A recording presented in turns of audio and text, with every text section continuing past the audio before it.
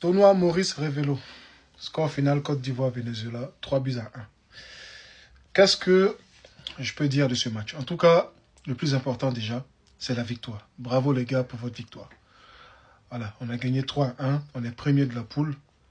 Et c'est bien. Pour la victoire en tout cas, bravo. Maintenant dans le contenu, les gars. Dans le contenu, ce qui en sort, c'est que les gars, collectivement, il y a encore du déchet. Il y a encore beaucoup de déchets. Mais je peux comprendre. Je peux comprendre. Il n'y a pas eu de préparation réelle pour ce tournoi-là. Les joueurs sont arrivés. On les a mis ensemble. Je ne sais pas combien de jours ça fait, mais il n'y a pas eu vraiment de préparation. On essaie de capitaliser sur les capacités individuelles de chaque joueur.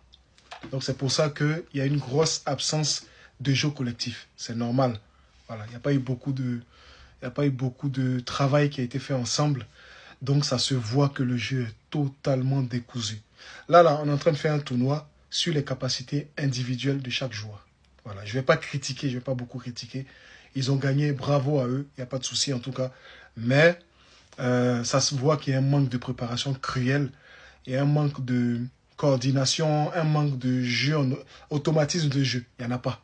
Voilà, disons-nous la vérité, il n'y en a pas. Il y a des individualités qui se dégagent, mais comme je le dis encore, c'est normal, il n'y a pas eu de préparation et ça se ressent, ça se voit.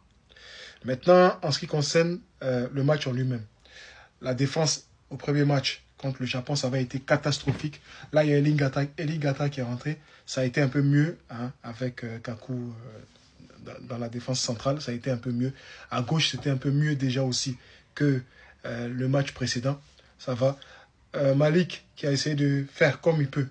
Hein, mais n'empêche qu'il a été encore passeur décisif dans ce match-là. Donc égal à lui-même. Patrick Zabi, aujourd'hui ça a été moins bon. Hier j'ai fait une vidéo, avant-hier j'ai fait une vidéo pour te dire que tu as été excellent. Aujourd'hui ça a été moins bon. Mais je sais pourquoi ça a été moins bon.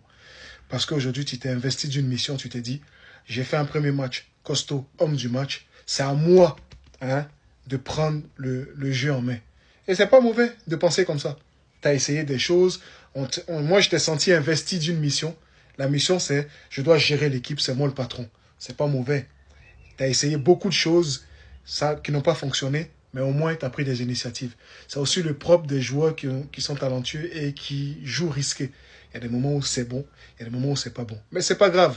C'est pas grave. Prochain match, le prochain match, il est là. Quant à Eddie Doué, Eddie, tu as entendu ce que je t'ai dit, non, avant-hier? Tu as entendu ce que je t'avais dit? Prends des initiatives. Ne reste pas cantonné devant ta défense à jouer devant, derrière, devant, derrière.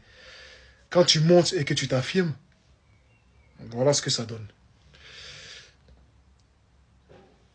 J'espère que tu m'as écouté et que tu m'as entendu. Voilà. C'est ça ton talent. C'est ça ton réel talent. Donc continue à faire ça. Continue à jouer comme ça. En tout cas, les gars, félicitations. Mais coach, si tu peux essayer de revoir des automatismes, ce serait pas mal. Je ne vais pas critiquer parce que je comprends mieux quand j'ai regardé le match que c'est un problème de préparation. Force à vous en tout cas. Bravo, vous êtes premier, quoi qu'on dise. Et puis, bon, on va voir la suite.